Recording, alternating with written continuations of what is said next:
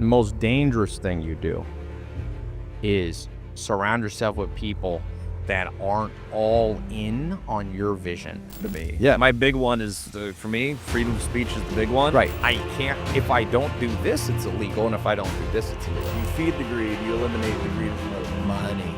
Well, it's the most basic thing. Yeah. If you want a certain outcome, incentivize the outcome. And Yes. we don't do that in any level of government at all. That's why period, ever. Ty Lopez, How are you? the one, the only dude. Awesome digs. This is a sweet place. I appreciate it. Thanks for flying in. Dude, How was the airport? Crazy? airport was wild. Really? Yeah, for those listening, it's election day today when we're recording. Yeah, exactly. There's people all over the place. LAX was My mom's like, I don't know if I can travel on election day. I'm like, Mom's gonna be okay. In fact, most complicated will end up being, let's see, February is when you'll know how complicated this is. It's gonna take a while for everybody to get their side of the story in. I imagine so. If there's anything like the last few, I think this is even more dramatic than last time. So. Are you political? I am a little bit political. I recently moved from Seattle to Texas, primarily for the politics. Really? Yeah. So do you say who you're voting for? I'll say it here. Yeah, I'm voting Trump on this one. Yep. We'll see what happens. Okay. Either way, I think Are you in Austin? Yeah. I am in Dallas. Oh, Dallas, yeah. DFW, a little north. That's relatively. It's purple. It's a pretty neutral. Yeah. Dallas itself is blue. Texas is red. get out in the countryside, yeah. It's getting less red, but it's a nice moderate state. Yeah. Yeah. How about you? You say your politics on podcast? Man, I'm not that political, and I really, the problem with politics, especially in America, I live part-time in like Sweden. They have like eight parties. It's way better. You can find the party that actually kind of represents what you want. I don't like the two-party system. Some people say it's a cop-out, and like, Ty, you should just pick sides, but I'm like, why? Like, why do I have to? I would say I do not like what the Democrats are doing. A lot of it's just illogical. Okay. Yeah. It's not even like my preference. There's certain things that are not logical. Yeah. For example, I heard Elon Musk talking about how at SpaceX, because it's a secure company, because it basically is involved in military level grade weapons. He's not allowed to hire anybody. It's illegal unless they're either a green card or an American citizen. I saw this. But then Democrats also added laws for asylum seekers that he has to hire asylum seekers who are not American citizens and don't have a green card. And so he's like, wait a second, I can't, if I don't do this, it's illegal. And if I don't do this, it's illegal. So in general, I would say, which law you want to break. Yeah, I'm more libertarian. I don't love that there's such government. And to be fair, when the Republicans were in power, for example, they changed the law in 2016 to 2020, and they increased this thing called GILTI tax, which they were trying to penalize big corporations keeping cash offshore, like Apple keeping billions in Ireland. And they were like, if you keep your profits offshore, you have to, and you don't repatriate it. In the past, that would be tax-free. Yep. But the Republicans are like, oh, we want to help America, so we'll force you to repatriate the money. Well, what it ended up actually happening, it didn't affect Apple. They're too smart. They'll find another loophole. But business owners like me, I have global businesses. Like, I own companies that operate and make money in different parts of the world. That's part of the American dream. You can have a global company based out of the U.S. Well, that ended up penalizing me. Yeah. I'm like, because what if let's say you have a restaurant in Sweden, and it's making money and it's paying taxes there. It's like, why, if you retain the profit there, why do you have to pay taxes back to America? It has nothing to do with America. So to be fair, if you're a Democrat, Republicans also do illogical things. So I'm not a fan of central control. Yes. So like when people in Washington, D.C. try to dictate farm policy is crazy. We subsidize things incorrectly, so farmers plant the wrong things. You're going to end up in famine. If you saw in COVID, people ran out of food. Yeah. I was in London, and in the U.S., you go to grocery stores, there wasn't things there. So when you try to central command, whether it's a Republican or a Democrat sitting in D.C., they're not omnipotent. They leave it to local places and individuals to decide what to do. Look at, for example, Florida. Like, they got rid of state tax, and they ended up making more money through property tax, use tax, than California, which says, or New York, we're going to dictate from Sacramento, the capital of California, we're going to dictate how taxes go. People just leave. Yep. So there's the unintended consequences of big government is a problem. Yeah, and I think we agree on that. The two-party system, you basically have to go, okay, well, what party do I think represents me the best? Yeah. And who's like, what issues matter to me? Yeah. My big one is, for me, freedom of speech is the big one. Right. I didn't like the way things were restricted during COVID. I don't want to see more of that. So on me, I'm like, okay, well, I guess I have to go with this party because there's no other option.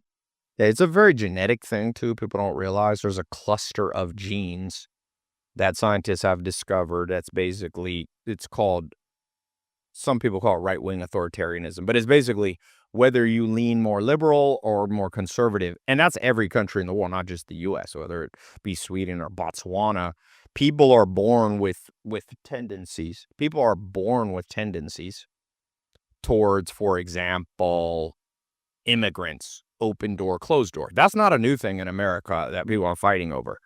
And so some people are born, there's a thing called ESS, evolutionary stable strategy. So nature takes babies, and in its omnipotence, let's say nature or God is omnipotent, 50% become boys, 50% are born female, okay, in general.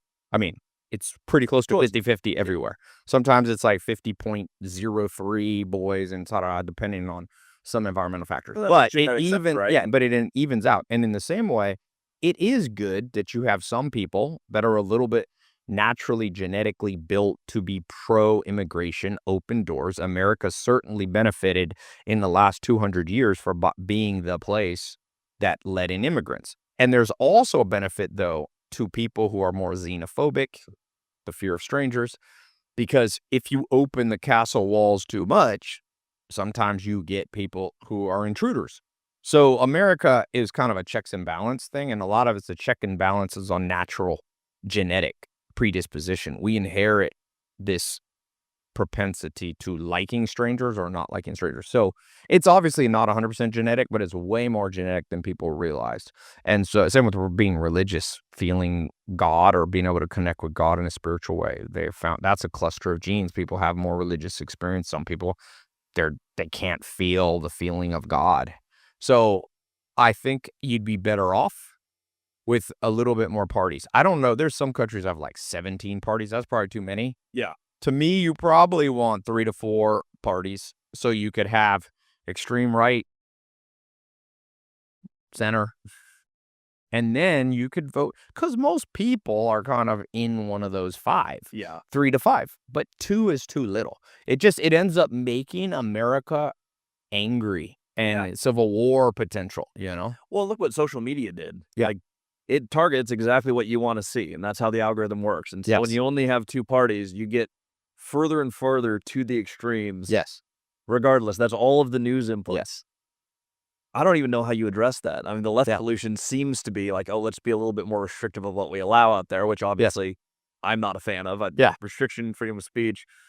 On the other hand, if everyone can just say everything, you do end up just getting further and further. Yeah. No, free speech one is a tough one because, look, I like the American Constitution, but the American Constitution is not perfect. I mean, at one point, black people were considered, 1/3 humans constitutionally. Yeah. Or, at some level. So constitutions aren't perfect. The American Constitution is pretty damn good, but we wouldn't want to be in a movie theater where somebody could yell fire and have no punishment because people would be playing pranks and people would be trampling on each other. So you obviously need some restriction of free speech. The main question comes back to that centralized thing of who it's not that restriction of free speech, a little bit of it is okay. The question is who decides. That's the catch-22. And so do you want mass media deciding who gets cut off and who not? Probably not, because mass media people tend to be one genetic type. They're more artistic. They're higher on left wing genetically. I mean, journalists are one of the highest on psychopathy, being psychopaths.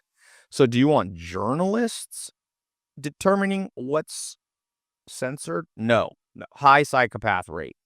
Number 2, do you want politicians? No, high narcissistic rate. Go figure. Politicians on both sides. Yes. Even Trump admitted, he's like, I am a narcissist, and my dad was, and my grandpa was. And for sure, the Democrats are full of narcissists too. So do you want narcissists? It's a crappy job, right? You have to be a very specific person to. The solution is the president of the United States get paid $500 million a year for 4 years. They walk with $2 billion. It will end any possible corruption because the payment will be so high, you're not going to take something on the side from the Ukraine or that there's accusations of all that. Pay the president $500 million a year. The U.S., that's $2 billion. That's nothing. We spend $800 billion on the military. President of the United States should be the highest paid job in America. Why not? He takes the most risk. He has the most responsibility, and you want to attract the sharpest person, and humans are motivated by money. And if you ever meet someone who says, I have zero motivation for money, you could just be like, if you don't mind, I don't believe you. You're lying to yourself, maybe. Humans are motivated by rewards. Yeah. It doesn't mean humans are you wouldn't want somebody in power only there for the money. But look, Beverly Hills, for example, has the best doctors in the world. I had like a injury in like 2009. I went to the regular doctors. They're like, oh, it's all in your head. You know how doctors say that? Next time I see a doctor, I'm going to walk in and I'm going to say, listen, I'm going to tell you I got pain. If you say it's in my head, I'm going to punch you in the face. You are not allowed to say it's in my head because I'm not a fucking idiot. I wouldn't come in here. I hate going to doctor's office. So anyway, but a Beverly Hills doctor, the highest paid doctor in the world, these are the highest paid ones. So he's motivated by greed a little bit. Mm-hmm. But when smart people pay a greedy doctor a lot of money, if he sucks, the word will get out. So you have the highest paid doctors, but they have to support it by being the most skilled. A doctor in Beverly Hills is like, oh, you have this little thing. We can fix it. Just a minor thing. 10 years, regular doctors didn't find it. I was in Europe, and I lived there part-time in socialistic medicine. Yeah. Which has some good things, but not as good as people think, because I went to a dentist, and they're like, oh, you have 2 cavities, I've never had a cavity in my life. So I'm going, I got 2 cavities? And they're like, we'll drill, no problem. It's not that much money. And I was like, let me go back to Beverly Hills, get a second opinion. I come back to Beverly Hills, do my teeth, and Dr. Falcone here is like, you don't have any cavities? He's like, let me show you how they misread. This is something you're born with. It looks like a cavity. It's just a thing you're born with. It means nothing. So the Beverly Hills dentist is the guy or the woman who is the smartest in her class. She's got on her wall Harvard, medical school. So I want that person. I want greed. And so anyway, so that's how you get a better president. It's okay to motivate with a little bit of greed. Again, nobody's going to vote for a dude who says, I'm running for president, and when he's campaigning, he goes, I'm doing it for the $500 million a year. Nobody will vote for him. Yeah. But your solution is, if you feed the greed, you eliminate the greed as a motivator. Money. Interesting. When people are like, Ty, what's your opinion on what happened in 2020? Lockdowns. Money. Oh, yeah. When I had a guy, I knew a dude, he was married a woman. There's a guy, I won't say too much because people might recognize him in LA. He's getting married. He brought up, I'd like a prenup. And she objected. And he's like, Ty, I wonder if it's just like she feels it's not romantic, or she really wants my money. Remember, it's not paper or money. For the last 10,000 years, humans who had resources, so you go back pre-industrial age, pre-agricultural, let's say you go back 30,000 years, tribe people that could hunt well, survived, and the people that sucked at getting resources, a deer, a buffalo, they died off, and women wouldn't marry them because no woman, people forget, imagine 25,000 years ago. Yeah. There's no hospital. 50% of women who gave birth, if you had a complication, you died, and so did your baby. Yep. There was no grocery stores. There was no car. There was no penicillin. So you're a woman making the decision who you mate with. Let's say Sioux Indian in the middle of the U.S., right? They were in the Dakotas. So you're a woman and you see two guys. One is the nicest gentleman and he's very kind to you, but he's not a great provider. So let's say you choose him. Well, if that happens generation over generation, this woman, there'll be a bad winter. There ain't that much food. It takes a highly skilled hunter. He comes back with nothing. They starve to death. That set of genes disappears from the face of the earth. Now, she picks a dude over here who's a little grumpier, not as kind. He doesn't open the teepee flat for her. This dude always comes back with meat. And she's with her baby, and meat can be stored. See, fruits and vegetables back then, there's no refrigeration. Now, you could dry berries and stuff like that, but you would go, it's not like you can be vegan now because you can get, concentrated soybeans and things like that to get you protein. But in the year 1400, pre-Columbus, you pretty much had to eat meat to build the baby that's, let's say she was pregnant. Yeah. So she chooses the grumpy asshole guy who's a great provider, and guess what? His and her genes still exist on Earth. So money is the modern day meat and hunting.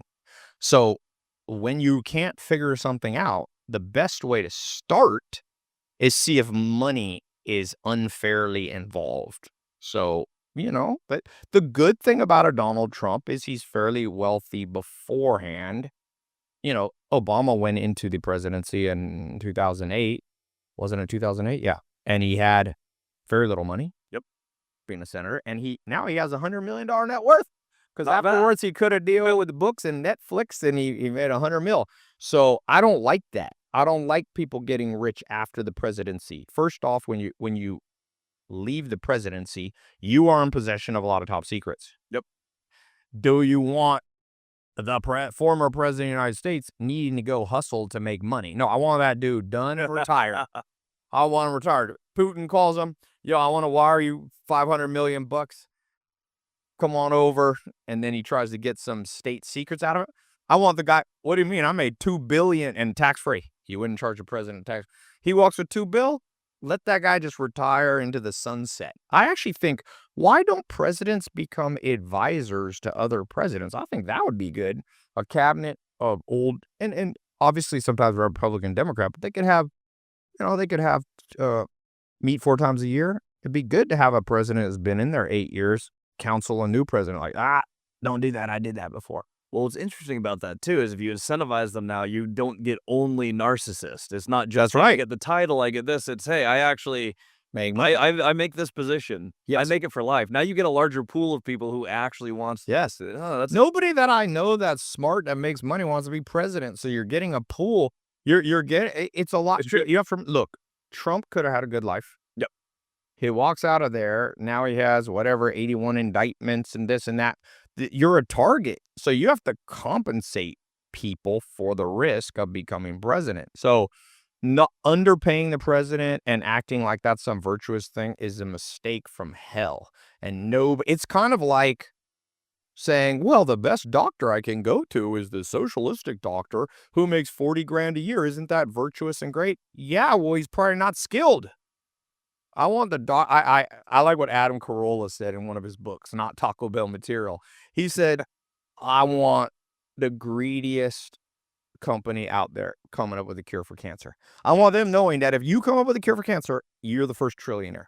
America could wire somebody over a series of years, maybe not all at once, $1 trillion. Why not have a bounty out there for some mad scientist kid who's a super genius? Right now, he's playing video games, or he's like, in these gaming things where you can become a millionaire gaming like they do in like Korea and all. Fuck that. I'd be like, you want to be a trillionaire? Take all your brain power, come up with a chemical compound that reverses aging, that stops various forms of cancer. Money.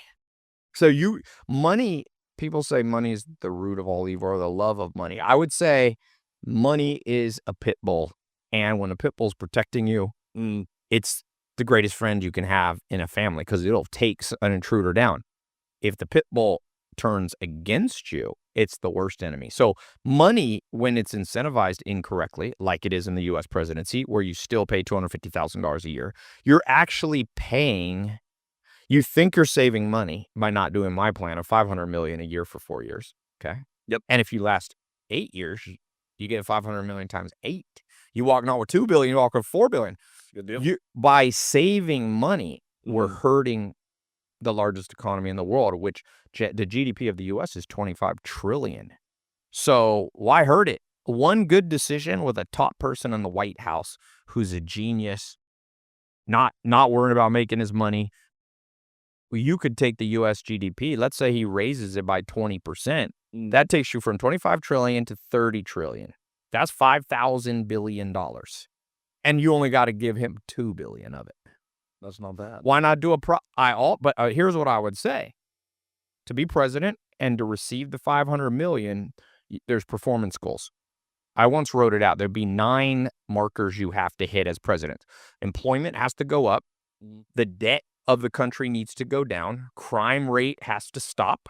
That's to lower from previous presidency. So it's constant improvement. Educational system has to improve. Agreed. There has to be less people falsely imprisoned and a better judicial system. So there has to be less DNA reversals where there's innocent people sitting on death row. You get so the 500 million per year is if you hit all 9 markers. Every marker you don't hit, drop that shit by 50 million.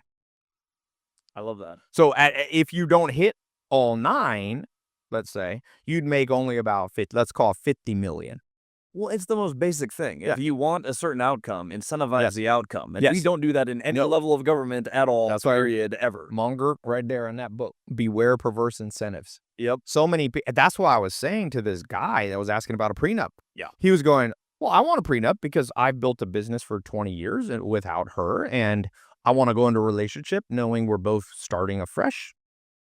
If she wants if she gets money, you've perversely incentivized the marriage so that if you hit hard times, she's like in the back of her. Most women aren't going to just ditch you if they're madly in love with you just for the prenup, just for money.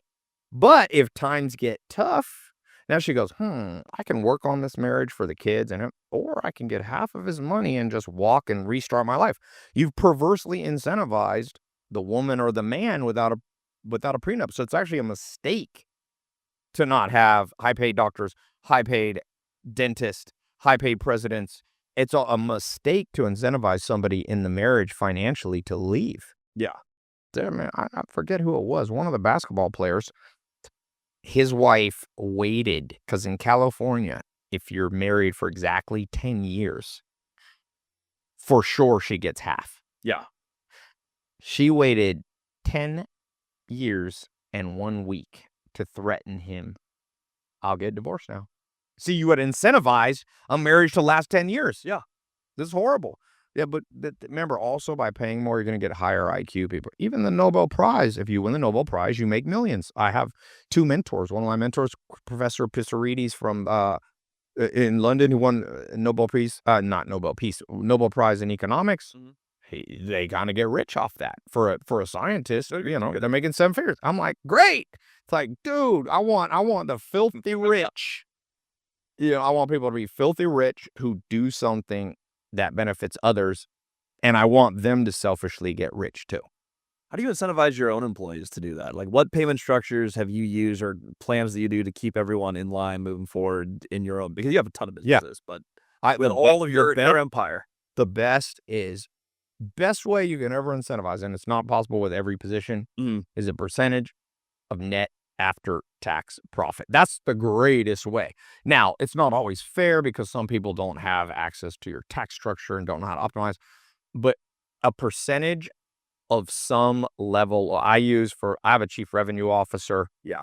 He sits above, I divide business into 14 divisions. He sits above division 5, 6, and 7. Division 5 is branding, social media, organic content. Division 6 is marketing, paid ads. Division 7 is sales, phone sales, in-person sales.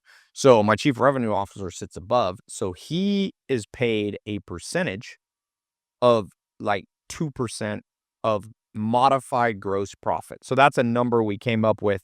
It subtracts the cost of marketing. It subtracts the cost of direct labor. So like video editors, it subtracts the cost of the phone team commissions. It puts a number in for some refunds and credit card processing fee. So his motivation, since he's the chief revenue officer, I don't want him motivated by fixed costs because he's not. I want him to be aggressive to try to push the numbers up. CFO, that's the kind of person you want to incentivize. For example, I've done this before. It works very well. I incentivize you for every needless cost that you found in the company and you cut. I give you 10% of what you saved. So they'll go in and find 10 grand in recurring software bills, and it's like, oh, I just made a little $1,000 bonus in a week. He ends up you can make 6 figures in bonuses. So incentivize people. I think the two things is incentivize them ideally based on money earned or money saved. And secondly, only on things they can control. So the chief revenue officer doesn't have to work so much off tax. Like, I don't give him a percentage of post-tax profit. It's not fair to him. He has no say in the tax structure. But like my top people, like Division 14, like my executive chair or the CEO type roles, I want them motivated off post-tax because that's the actual money you get to keep. So I want them going, damn, I was looking at this offshore structure that's totally legal and we can cut, $500,000 of taxes because that goes to the computation for them. So yeah, try to keep it super close to what they control, but make it a net number if you can, even if it's a modified net. Well, that's a fantastic strategy. I learned that the hard way on a much smaller scale. Yeah. But I bought a resort I shouldn't have bought. Yeah. I'm a multifamily guy. For those who are ready for the podcast, by the way. Yeah. I bought like $30 million of real estate with $5,000 seller finance. I made the mistake because I'm a multifamily guy. Yeah. Hey, we're good at buying seller finance real estate. This resort came up. It's on the water, foothills of the mountains. You can see like orcas through the canals, the cabins. I mean, this is awesome. Yes. I got suckered in by, I'm like, this is one of a kind. We can buy this. And we close on it. Turns out the staff has no idea how to do anything. I have no idea how to incentivize that type of business. Total waste of time. Yeah. Took away from all of my other businesses. I have a property management company. I have a renovation company. And the whole thing, I'm like, I took all my best players. I distracted them with stuff they have no idea how to do. They couldn't succeed. Everything changed for me at that resort when I fired for like the 3rd time the director. And it was like, okay, here's what we're going to do. Here's what we spent bottom line. Based on how much you can save us just on raw expenses. Yes. You're going to bonus. Yes. Here's our top line revenue for new bookings. I am going to offload my marketing task to you because I have no ability to do that. And I'm the right person in that seat. And the more bookings we get and the net number that we make from that, you're going to get a piece of it to a certain extent. And if you make it even farther than we projected, you get a bonus on top of that. But just basic incentives, instantly, we were profitable like the next 2 months. I was like, oh, and then all of a sudden cabin turns. I have cleaners. Yes. I paid them per turn instead of per hour. And all of a sudden they're like, oh, I should clean more faster. I was like, yep. Dude, what a lame way to learn that lesson. It's obvious, right? When you've done it, it becomes super obvious. It's obviously a little example compared to what a large business would do, but you apply this to any level on any business. How you raise your kids. One thing Joel Salatin told me, my first mentor, the farmer, he said, look, Ty, here's one thing parents do wrong. They tell kids, when their kids do something wrong, they're like, okay, now you're going to have to do the dishes. He said, you're programming your children to perceive participating in the important things, the necessary things of life as a punishment. He's like, never punish with work. Parents punish with work, and then they can't figure out why their kids want to play video games. An Amish guy I knew, Sam Chupp, I lived with Amish for 2.5 years. This is crazy. I didn't know that. Genius. Yeah. I can speak Pennsylvania. I've done my homework. I can speak Pennsylvania Dutch. They kind of Leitverstehen. Yeah, they speak their own dialect. But his son, he had 8 kids. 2 had died in childbirth. But the Amish are very much, they count all their family, even if they died miscarriage. They name them all and all this. So they had 8 kids, 6 alive, and I think when I was there, 5 were still at home. 1 had gotten married. His youngest son, David, was 6 at the time. He was a master log cabin builder. So every day he would go out on a work crew or build something, and he'd bring all the sons. His son, David, forgot to milk the cow one time. And the Amish are super gentle. They're nice parents. I don't know about, they're not woke parents. They're better than that. They're not They don't beat their kids, and they don't do what like left people do. Yeah. They have consequences, and he came in and he explained, he's like, the cow's in pain because if you don't milk them. So first he showed David, if you don't do your responsibilities, we don't have milk to drink for our cereal, but also you can hear the cow will be out mooing because it's painful to not be there. And so David's 6, he feels bad, 6-year-old feel bad, he can see the pain. And then on top of that, Dad said, okay, you're not allowed to go on the work crew with me and the brothers. And he broke down crying. Mm-hmm. He's like, I have to go, because when you're young, you want to do what your older brother. Yep. So he had incentivized his son, David, that work is a reward. And the Amish are the least lazy people with, for sure, the lowest levels of procrastination I've ever seen. They still run one of my farms. And they have 500% less depression than mainstream. Jared Diamond, the Pulitzer Prize winner, told me that. He studied that about the Amish. So they get it all because they incentivize kids right. Modern parents are doing the opposite. Okay, you're not listening? You have to cook food. You got to cook dinner for the family tomorrow. So then the kid starts perceiving having to do anything for the family as a punishment. And that's a big 99% of modern parents do that. That is wild. Yeah, like don't do that with your kids. My friend has his son, and he was like, I do Brazilian jiu-jitsu. He's like, I don't think my son's gonna want to do Brazilian jiu-jitsu. So when he came to visit at the house, yeah, I had all these, his son was like 11 or something. There's like 20 of us adults who were doing jiu-jitsu, and his son was just watching. And his name was Lucas. They're from Argentina. I said, Lucas, I just want you to know, you're not old enough. You can watch, but you are not allowed to do this till you're like much older. And all of a sudden, I could see in his face, he's like, wait, I'm ready to do it. It's cool. Naturally, you want to do what older people do. Yeah. And versus what do parents do? You need to do jiu-jitsu. I'm dragging you to classes every day. Reward your kids. Be like, you did well today. You get 1 jiu-jitsu class. People call that a mind trick. Great. Ain't nothing wrong with a good mind trick. You have to trick your own mind anyway. Life's all about basically altering reality into what you want, which is a little bit of a mind trick. So I have a 3-week-old son. Yeah, congrats. Thank you. Awesome. New first one. Nice. Super awesome. But I'm thinking back. First son is a special one.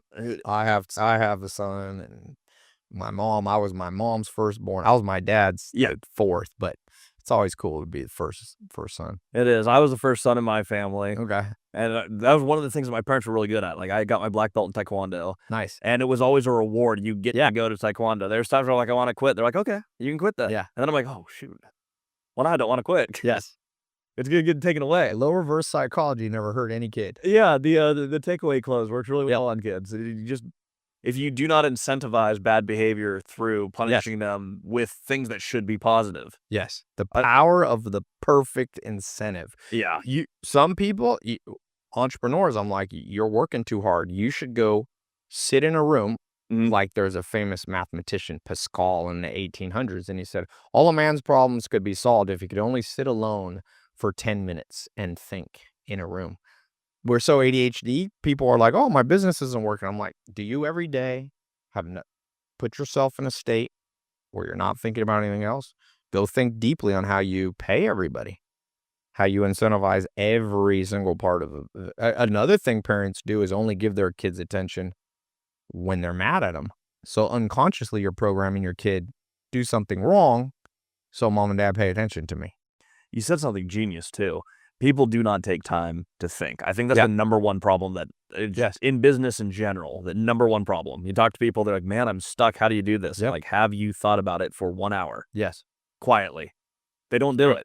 How do you do that in your business? If you had like one to carve out time, you have to, I try to, when I wake up, I think the best daily routine, if you really want to study wealthy people, Jeff Bezos, last 10 years has been the wealthiest guy for the most years out of the last 10. And he says he wakes up slowly, he takes an hour, he lays in bed. Winston Churchill used to lay in bed till 2 o'clock. So sometimes I like to lay in bed and not get out of bed too quick and think.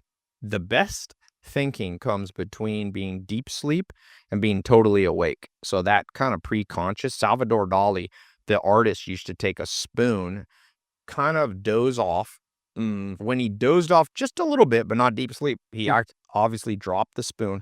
The spoon hit the ground, made a slight noise, woke him back up just enough to be in the pre-conscious state. Interesting. So you could play all kinds of games with yourself. People meditate. I do the best in the shower.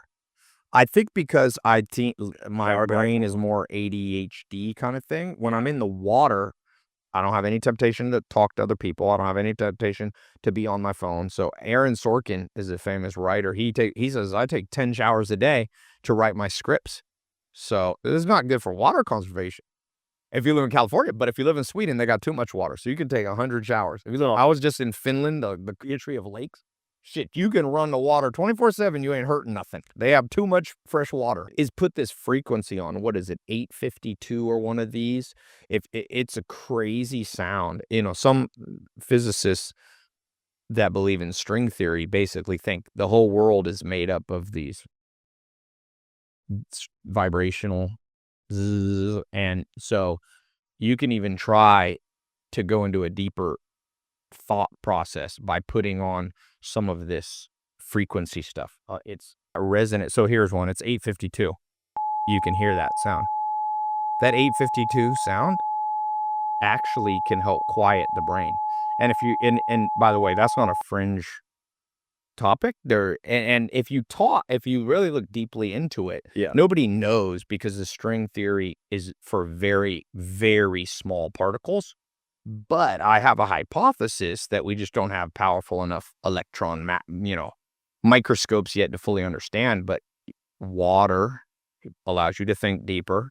Sleep, you change vibrational patterns, right? You're not as a lot of humans' life right now in the modern world, because we live in big cities, is in fight or flight. Yeah. That's a problem. There's a great book, Jonathan Haidt, Happiness Hypothesis. He studied people who live in Manhattan, New York City. He said they're always more stressed, no matter if they do yoga, because there's rumblings of subways underneath you that you can't even detect. There's rumblings of cars in traffic. You can't detect it.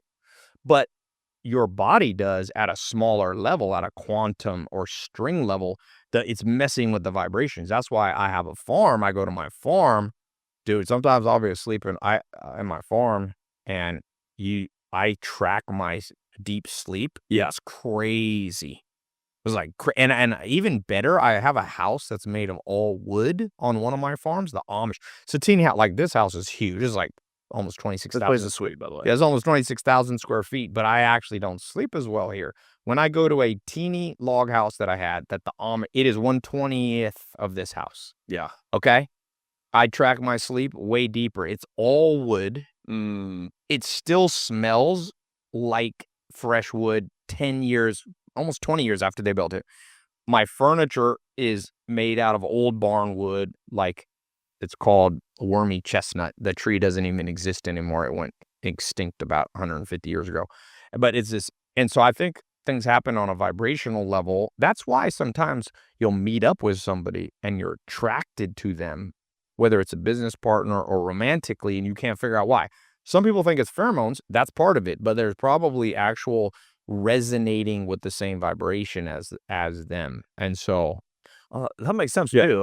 I just saw this recently, but I guess the average decibels in the city is like 90 decibels. Oh yeah, it's about the exact same as a human scream. So it's basically like you're just living in a. So far, you shouldn't live in Manhattan. I'm telling you, I've tried to live in Manhattan 10 times. It's the wealthiest city in the world on a GDP basis, but it's not healthy. Everybody's in a bad mood. Yeah. Well, I moved from Seattle to I'm out in the country in Texas. Not like way out in the country, but you have to get through some ranches to get to my house. Yeah. It is so much better. Yeah. I sleep way deeper. Even with a baby, I sleep way deeper. And less EMFs. Yep. EMFs from phones, you should, when I'm doing my best, I put your phone on airplane mode.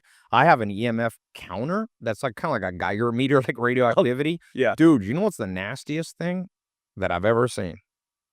Put that EMF meter near a laptop. It goes to 3 million.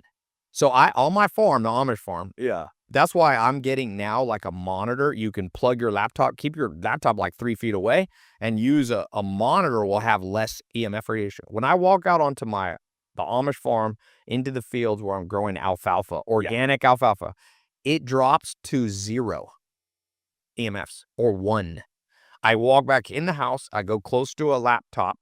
Like that's why I don't type on a laptop. I have a keyboard. Yeah. With your hands on a laptop, it's emitting 3 million on an EMF meter. You can buy them off Amazon. I saw a guy do a YouTube about it, Yeah. and I was like, oh, I don't believe it's true. So I ordered one. They're like $500.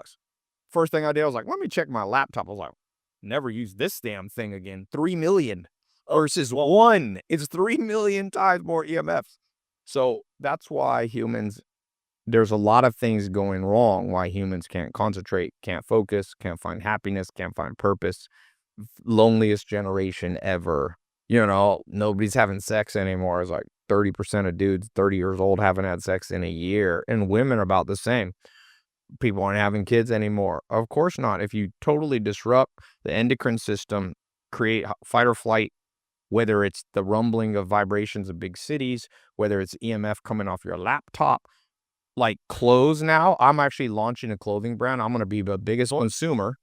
It's going to be all natural fibers. Dude, I like stuff. H&M is a great deal. Okay. I don't care. I have a rich friend who's super cheap and is the worst dresser in the world. At first I'll send him H&M. That stuff's plastic. You're wearing literal plastic. Yeah. The reason a shirt is like $2 is it's plastic. And plastic particles now, there's a book I just read. It's fascinating. The average American eats 5 grams of plastic through water bottles, this and that. That's equivalent of every week we eat a credit card. Holy shit. And now I saw Harvard is now detecting microplastics in the human heart, which is new. They did not think it would penetrate the heart. It's probably going through the blood-brain barrier of your brain, has a protective called the blood-brain barrier. It's in men's testicles and sperm, and men are wondering about. So don't wear natural fibers. Wear cotton, linen, silk, there's not a lot of it. Like even this I'm wearing is probably only like 80% because everybody wants to put 20% in there. I know why they don't want it to shrink and stuff, but I'm switching because clothing vibrates. That's why I said, if you ask a scientist, everything, even rocks at an electron level they're not alive in the sense that we think of alive, but there's particles inside them. Yeah. And the modern science, as we get stronger and stronger ability to look into quantum and string theory, everything you have around you has an effect on you. Yeah. By the way, so you spend a lot of time at your farms. Yeah. You like farms. Yeah. I saw a video pretty recently. I think you posted relatively recently. Yeah. You leased this place. You leased this place. Yes. You own farms. Yes. Why farms? What is it about farms that resonate with you that make it a solid investment versus owning something like this? Yeah, in general, I've always leased mansions. I've told people that. People, I got a lot of flack. People thought I was trying to scam people. People still think I just got this house for a day. And I saw a conspiracy theory. I posted that video, why I leased this house. And there's like a hater guy who made a video. Is like, see, there's a rope in the background. That means he just rented it for a day. You can't rent this house for a day. You can look it up. Farms, I love farms. They're peaceful. They're great in risk-adjusted return on investment. They're the highest real estate class in America. They're the highest asset class if you factor in the risk you took. For 1980, if you could put $100 into farmland, into gold, into silver, into S&P 500, into multifamily, into single family on a risk-adjusted basis. Yeah. Meaning it's not volatile and has a low chance of going down. Farmland has not gone down in value once since the 80s. Other things have. And the reason is because it's producing the most important of all assets. Food, shelter, and water come from farms. I have wood on my farm. That's for shelter. I have, cows, corn, grain, pigs, chickens. That's food. And water. My farms I regenerate rundown farms that had chemicals, and you improve the water table and you improve the quality of water. One of my farms has a 13-acre lake on it. I've built new ponds so food, shelter, water is only created not through the next tech company. Mm-hmm. I remember people thinking we're all we're gonna all be able to build food in laboratories, so we don't need farms. Good luck with that. Impossible Burgers down to zero valuation or almost bankrupt, because at some point people are realizing, you want to eat food from a lab? Like the cockiness that people think there's all the minerals. They're like, oh, we can just pour fertilizer into it. No, there's things in the soil that plants need that you're not going to get in a lab. So I'm all out you can be all in and all out. I'm all out of I don't like hydroponic food. People go, "Oh, we're gonna all grow food in a big greenhouse and tomatoes just have their roots sitting in what?" I'm like, "Great, you have that. I'll raise myself and my family on real food with root." People don't understand alfalfa, which I have 30-acre field in one of my farms. Yeah. The roots go 15 feet down. And it's searching for trace minerals we haven't even identified yet. Not just boron, selenium, molybdenum, manganese, but things scientists have not identified the compounds that are down there. So how are you going to build that in a hoop house, greenhouse, where your roots are just sitting in a liquid made by scientists? Scientists aren't smarter than nature yet. Remember when they were trying to push, like, vegetarian meat was gonna be the next healthy thing? Yes. It turns out awful for you. That's what I said, beyond Horribly processed. It had too many ingredients. Yeah. You wanna be vegan, just stick to the basics, man. You get you stick to your basics. You don't want vegan, you shouldn't be eating a food with 63 ingredients made in the lab. That, by the way, that kinda goes against the principles of vegetarian and vegan, which is to be more all natural. Yep. You know what I mean? It's like, eat real tomatoes if you need protein, real soybeans, stuff like that. If you're a vegetarian, you can have some plant-based stuff, have your honey, your wax, beeswax, have some dairy, from a real cow, not factory cows.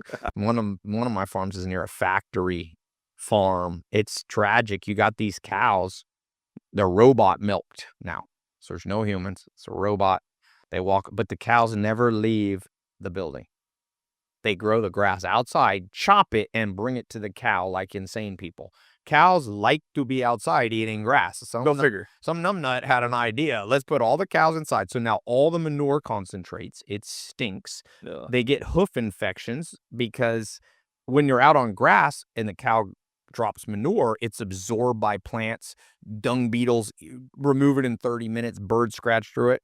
They put them on big concrete. It's just, that's what I was saying at the beginning. The death of logic. Yep. It's not logical to put a cow inside. And you know what? It's crazy. When you open the door, every cow wants to escape out. That's how you know a cow knows what it wants. Yeah. So eat food grown. Joel Salatin, my first mentor, used to say, Mother Nature laughs last. Meaning you got to follow the rules set before time immemorial. Before humans even existed, there was rules. Ruminant cows eat plants, so. I know we're just about up on time. Yeah. However, I asked this question to every guest. Yes. You've done a lot of business. And I mean, I watched your first ever, you're super, super famous in my garage. I was like, I remember watching that and I was like, this is the future. This guy, 9 years ago. Personal brand is, you were this far ahead of the curve. And it was still cemented in my mind. In all the business ventures you've had since then. Yep. When you're new to stuff, yes, it's the most expensive it's ever going to be because you don't know what you don't know. Yep. You can mitigate that with mentors, paid and otherwise. Yeah. But the highest stupid tax that you paid while learning the game, it could be monetary, it could be emotional, it could be a burnt friend. Is there one takeaway that you had through all of the businesses where you're like, this one hurt the worst that someone else could learn and to not make that mistake? I worded that silly, but no, it's a good question. So, what are the? You've done a lot of things right. You share a lot of the right things. What's something that someone can avoid that hurt in the last decade of business? Well, one thing I would say is that you're gonna need people. You can't build everything yourself. And the most dangerous thing you do is surround yourself with people that aren't all in on your vision. So you're in multifamily real estate. Yeah. The number one deadly thing, I can give specifics. I do private mentoring. I got a private mentor client. One of my clients did not structure his companies and got hit with the taxes on $50 million. So he's going to be hit with about $27 million tax bill. That can be deadly. But more important, why did that happen to him? Well, he didn't surround himself with accountants that were all in, that truly liked him and cared about him. You can hire an accountant or a lawyer or an employee or a CEO or a COO or a media guy or a marketer who is just a mercenary. They're just there with you for the money. Yeah. But they don't care about you. They don't know your family. If everything goes bad, they're going to run. So I think the most important thing is who is all in with you. Making money is like the military, like an army. And many times in history, Mhm. like in the American Revolutionary War, the American soldiers were fighting all in Yeah. for their wives and kids that were in the village behind them. And they knew if they lost, that it would hurt them personally. And the British hired these Hessian mercenaries. Yeah. They were just there for the money. They didn't like the British. They weren't even mad at the Americans. So guess what? When the going gets tough, they're like, Hessians were like Germans. I'm going back to Germany. They're like, we're supposed to be fighting for the British. Bye, you get to die. So only be with people, even if they're less talented, that are all in for you, that you get the vibe that if all my money was lost and I had to rebuild with this set of staff, they'd be like, it sucks. I'm going to stick with you. Let's rebuild.